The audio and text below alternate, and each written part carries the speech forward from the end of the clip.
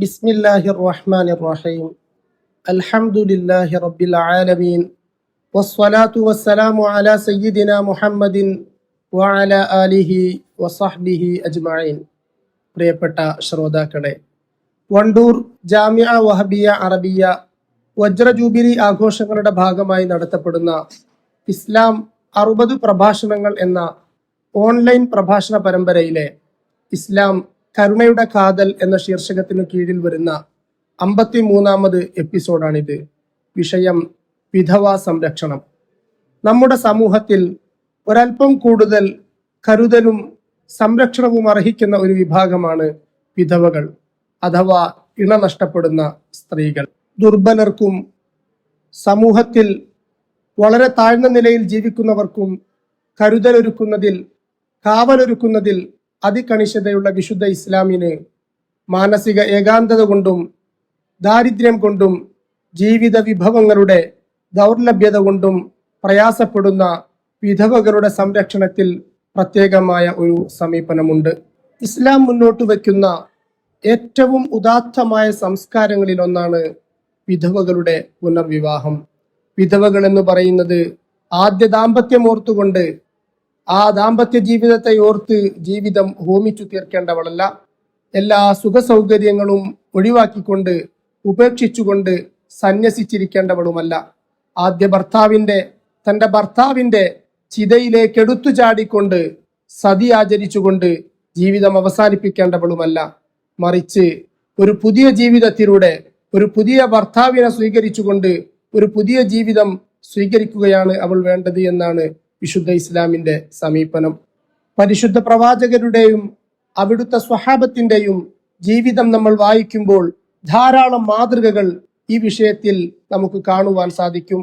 ഭർത്താവ് നഷ്ടപ്പെടുന്ന ഒരു സ്ത്രീയും അവിടെ ചരിത്രങ്ങളിൽ നഷ്ടപ്പെട്ടു പോകുന്നവളാകുന്നില്ല, ഒറ്റപ്പെട്ടു പോകുന്നവളാകുന്നില്ല. ആ സമൂഹം അവരെ ചേർത്തു പിടിക്കുന്ന ധാരാളം സംഭവങ്ങൾ നമുക്ക് ചരിത്രത്തിൽ വായിക്കുവാൻ സാധിക്കും.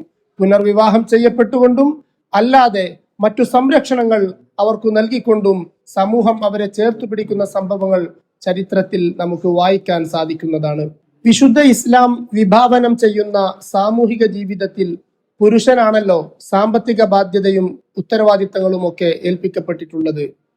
പുരുഷന്മാർ ഇത്തരത്തിൽ സംരക്ഷണം അർഹിക്കുന്ന സ്ത്രീകളെ വിവാഹം ചെയ്തുകൊണ്ട് അവർക്ക് തുണയേകുകയും നല്ല ഒരു ജീവിതത്തിന് അവരെ സഹായിക്കുകയും അപ്രകാരം തന്നെ വിധവകളായ സ്ത്രീകൾ ഒരു പുനർവിവാഹത്തിന് സന്നദ്ധരായിക്കൊണ്ട് മുന്നോട്ട് വരികയും ചെയ്യുക എന്നുള്ളതാണ്. ഇവിടെ എടുത്തു പറയേണ്ട ഒരു കാര്യം, പ്രായപരിധി ഇസ്ലാം ഇവിടെ വെക്കുന്നേ ഇല്ല. അഥവാ 70ഉം 80ഉം ഒക്കെ കഴിഞ്ഞ വിധവകളും പുനർവിവാഹം ചെയ്തുകൊണ്ട് ഒരു പുതിയ ജീവിതം സ്വീകരിക്കുക എന്നുള്ളതാണ്. ഇതിലൂടെ പ്രായാധിക്യത്തിൽ വരുന്ന വൈധവ്യം, അധികമായ പ്രായത്തിൽ വരുന്ന ഏകാന്തത തുടങ്ങിയ വലിയ പ്രശ്നങ്ങൾക്ക് പരിഹാരം കാണാൻ സാധിക്കുന്നതാണ്. നബി ജീവിതവും സ്വഹാബി ജീവിതവും നമ്മൾ വായിക്കുമ്പോൾ ധാരാളം മാതൃകകൾ നമുക്കിവിടെ കാണുവാൻ സാധിക്കുന്നതാണ്. തിരുനബി സല്ലല്ലാഹു അലൈഹി വസല്ലമ തങ്ങളുടെ തിരുപത്നിമാരിൽ മഹദി ആയിഷ റളിയല്ലാഹു അൻഹ അല്ലാത്ത എല്ലാവരും മറ്റു പലരുടെയും വിധവകളായിരുന്നു. വിവിധ സാഹചര്യങ്ങളിൽ വിവിധ കാരണങ്ങളാലാണ് തിരുനബി സല്ലല്ലാഹു അലൈഹി വസല്ലം തങ്ങൾ അവരെയൊക്കെയും വിവാഹം ചെയ്തത് എന്ന് ചരിത്രത്തിൽ നമുക്ക് കാണുവാൻ സാധിക്കുന്നതാണ്. സ്വഹാബത്തും അങ്ങനെ തന്നെയായിരുന്നു. വിധവയായ ഭർത്താവ് നഷ്ടപ്പെട്ട സ്ത്രീകൾ അവരെ പ്രയാസപ്പെടുത്തുന്ന, നൊമ്പരപ്പെടുത്തുന്ന അനുഭവങ്ങളായിരുന്നു. അതുകൊണ്ട് തന്നെ സ്വഹാബത്ത് അങ്ങനെ വിധവകളായ സ്ത്രീകളെ വിവാഹം ചെയ്തുകൊണ്ട് അവർക്ക് പുതിയ ജീവിതം നൽകുകയും അപ്രകാരം തന്നെ വിവാഹത്തിനു സന്നദ്ധമാകാത്ത തരത്തിലുള്ള ആളുകൾക്ക് വേണ്ട സംരക്ഷണവും അവർക്ക് വേണ്ട സഹായങ്ങളും ഒക്കെ എത്തിച്ചു കൊടുക്കുന്നതും ചരിത്രത്തിൽ നമുക്ക് വായിക്കുവാൻ സാധിക്കുന്നതാണ്. ഇമാം ബുഖാരി റളിയല്ലാഹു അൻഹു അവിടുത്തെ സ്വഹീഹിൽ ഉദ്ധരിക്കുന്ന ഒരു ഹദീസ് ഇങ്ങനെയാണ്. മഹാനായ അബൂ ഹുറൈറ റളിയല്ലാഹു അൻഹു ഉദ്ധരിക്കുന്നു, തിരുനബി സല്ലല്ലാഹു അലൈഹി വസല്ലമ തങ്ങൾ ഒരിക്കൽ പറഞ്ഞു, അസ്സാഇ അലൽ അർമലതി വൽ മിസ്കീൻ കൽ മുജാഹിദി ഫീ സബീലില്ലാഹ് അവിൽ ഖായിമിൽ ലൈലി അസ്സായിമിൻ നഹാർ. ദരിദ്രന്റെയും വിധവയുടെയും ചെലവിന് വേണ്ടി അധ്വാനിക്കുന്നവൻ, പരിശ്രമിക്കുന്നവൻ അള്ളാഹുവിന്റെ മാർഗത്തിൽ യുദ്ധത്തിനിറങ്ങുന്നവനെ പോലെയാണ്. ദൈവിക മാർഗത്തിൽ ധർമ്മസമരത്തിനിറങ്ങുന്നവന്റെ പ്രതിഫലം വിധവയുടെ ചെലവിനു വേണ്ടി പരിശ്രമിക്കുന്നവരുണ്ട് എന്നാണ് തിരുനബി സല്ലല്ലാഹു അലൈഹി വസല്ലമ തങ്ങൾ ഈ തിരുവചനത്തിലൂടെ നമ്മെ പഠിപ്പിക്കുന്നത്. ഈ ഹദീസിന്റെ മറ്റു റിപ്പോർട്ടുകൾ കൂടെ ചേർത്ത് വായിക്കുമ്പോൾ തിരുനബി സല്ലല്ലാഹു അലൈഹി വസല്ലമ തങ്ങൾ പറയുന്നത്, രാത്രി മുഴുവൻ ക്ഷീണമില്ലാതെ നിന്ന് നമസ്കരിക്കുകയും പകലുകളിൽ മുറിയാതെ നോമ്പനുഷ്ഠിക്കുകയും ചെയ്യുന്നയാൾക്ക് ലഭിക്കുന്ന പ്രതിഫലം വിധവയുടെയും ദരിദ്രന്റെയും ഉപജീവനത്തിനു വേണ്ടി അവരുടെ ചെലവിന് വേണ്ടി അധ്വാനിക്കുന്ന പരിശ്രമിക്കുന്ന മനുഷ്യന് ലഭിക്കുമെന്ന് തിരുനബി സല്ലല്ലാഹു അലൈഹി വസല്ലമ തങ്ങൾ നമ്മെ പഠിപ്പിക്കുകയാണ്. ഇമാം ബുഖാരി തന്നെ അവിടുത്തെ അദബുൽ മുഫ്രദിലും അപ്രകാരം ഇമാം മുസ്ലിം, ഇമാം തുർമുദി, ഇമാം നസായി, ഇമാം ഇബ്നു മാജ തുടങ്ങിയ പ്രമുഖരെല്ലാവരും റിപ്പോർട്ട് ചെയ്ത വളരെ പ്രസിദ്ധമായ സ്വഹീഹായ ഒരു ഹദീസാണിത്. അതുകൊണ്ട് തന്നെ വിധവകളുടെ പുനർവിവാഹം എന്ന് പറയുന്നത് സവിശേഷ ശ്രദ്ധയർഹിക്കുന്ന ഒരു മേഖലയാണ്. വിശുദ്ധ ഇസ്ലാം ലോകത്തിനു പകർന്നു കൊടുത്ത ഏറ്റവും ഉന്നതമായ ഉദാത്തമായ ധാരാളം മാതൃകകളിൽ ഒന്നാണ് വിധവകളുടെ പുനർവിവാഹം എന്ന് പറയുന്നത്. ഇനി വിവാഹം ചെയ്യപ്പെടാൻ സന്നദ്ധമല്ലാത്ത, മറ്റൊരു ഭർത്താവിനെ സ്വീകരിക്കാൻ, മറ്റൊരു ഭർത്താവിന്റെ സംരക്ഷണയിലേക്ക് പോകാൻ കഴിയാത്ത സ്ത്രീകൾക്ക് അവർക്ക് ഉപജീവനത്തിനു വേണ്ട എല്ലാ സൗകര്യങ്ങളും എത്തിച്ചു കൊടുക്കൽ സമൂഹത്തിന്റെയും ഭരണകൂടത്തിന്റെയും ഒക്കെ ബാധ്യതയാണ് എന്ന് നമുക്ക് കാണാൻ കഴിയുന്നതാണ്.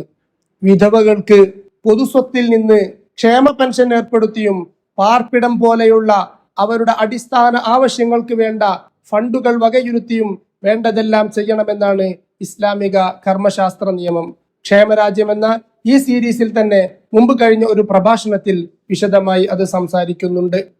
ഭർത്താവ് ബന്ധം വേർപ്പെടുത്തുകയോ മരണപ്പെടുകയോ ചെയ്യുന്ന സന്ദർഭത്തിൽ ആചരിക്കേണ്ട ഇദ്ദയുടെ ദീക്ഷാകാലത്ത് പോലും അവളുടെ ചെലവ് ഭർത്താവിന്റെ ഭാഗത്ത് നിന്ന് ഒരുക്കപ്പെടണമെന്നാണ് ഇസ്ലാമിക കർമ്മശാസ്ത്ര നിയമം.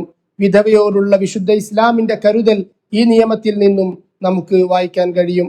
മറ്റൊരു ദാമ്പത്യ ജീവിതത്തിന് സന്നദ്ധമാകുന്ന ഈ ഇദ്ദാകാലം കഴിയുന്നതോടുകൂടെ വിവാഹാലോചനകളുമായി വിധവകളെ സമീപിക്കാമെന്നും ശേഷം പുനർവിവാഹത്തിലൂടെ അവർക്കൊരു പുതുജീവിതം നൽകി സംരക്ഷിക്കണമെന്നുമാണ് ഇസ്ലാം ആവശ്യപ്പെടുന്നത്.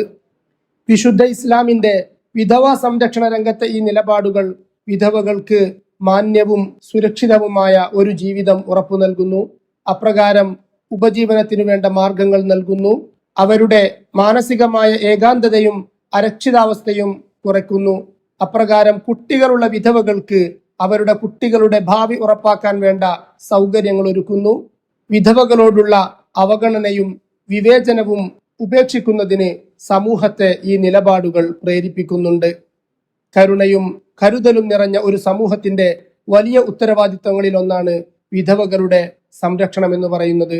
വസല്ലല്ലാഹു വസല്ലമ അലാ ഖൈരി ഖൽഖിഹി സയ്യിദിനാ മുഹമ്മദിൻ വആലിഹി വസഹ്ബിഹി അജ്മഈൻ വൽഹംദുലില്ലാഹി റബ്ബിൽ ആലമീൻ.